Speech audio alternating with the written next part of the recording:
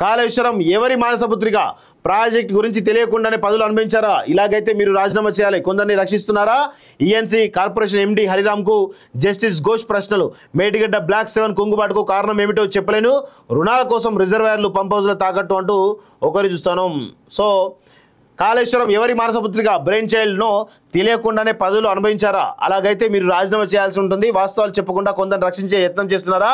కంపెనీల చట్టం ప్రకారం కాళేశ్వరం ఇరిగేషన్ కార్పొరేషన్కు చీఫ్ ఎగ్జిక్యూటివ్ ఆఫీసర్ CEO ఉండాలి. మరి ఆయన ఎవరు అంటూ కాళేశ్వరం ఈఎన్సీ మేనేజింగ్ డైరెక్టర్ హరిరామ్పై జస్టిస్ PC ఘోష్ కమిషన్ ప్రశ్నల వర్షం కురిపించింది. శుక్రవారం ఆయన విచారణకు హాజరవగా 90కి పైగా ప్రశ్నలు సంధించింది. కాగా హరిరామ్ కొన్నిటికి సమాధానాలు దాటవేశారు. మేడిగడ్డ అన్నారం సుందిల్ల బ్యారేజ్ సబ్ కాంట్రాక్టర్ల వివరాలను కోరగా రామగుండం మాజీ ఎన్సీ నల్లా వెంకటేశ్వర్లు సమాచారం ఇవ్వలేదని బదులిచ్చారు. బ్యారేజీల వైఫల్యానికి నిర్మాణ స్థలాలు మార్చడమే కారణమా? మేడిగడ్డ బ్లాక్ 7 కుంగుబాటు కారణం ఏంటని ప్రశ్నించగా నేనేమి చెప్పలేను అని బదులిచ్చారు. అయితే వరద ప్రవాహ వేగాన్ని అంచనా వేయకపోవడం, గేట్లను మాన్యువల్ ప్రకారం ఎత్తకపోవడంతో సీసీ బ్లాక్లు దెబ్బతిన్నాయని, రక్షణ వ్యవస్థలపై ప్రభావం పడిందని మీరు అఫిడవిట్లో పేర్కొన్నది వాస్తవమేనా అని కమిషన్ అడగగా అవును అని హరిరామ్ తెలిపారు.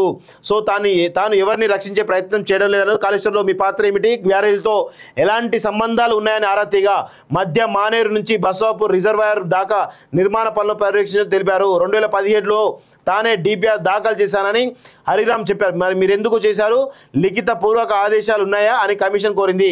ఈఎన్సీ మురళీధర్ మౌఖిక ఆదేశాలతో DPR దాఖలు చేశానని పేర్కొన్నారు. కమిషన్ ప్రశ్నలకు హరిరామ్ జవాబులు ఇలా అంటూ చూస్తూ ఉన్నాం. సో మొత్తానికైతే ప్రాజెక్టు ఖర్చు ప్రయోజన నిష్పత్తి ఎలా ఉంది? కార్పొరేషన్ వార్షిక నివేదికను చట్టసభల ముందు ఉంచారా?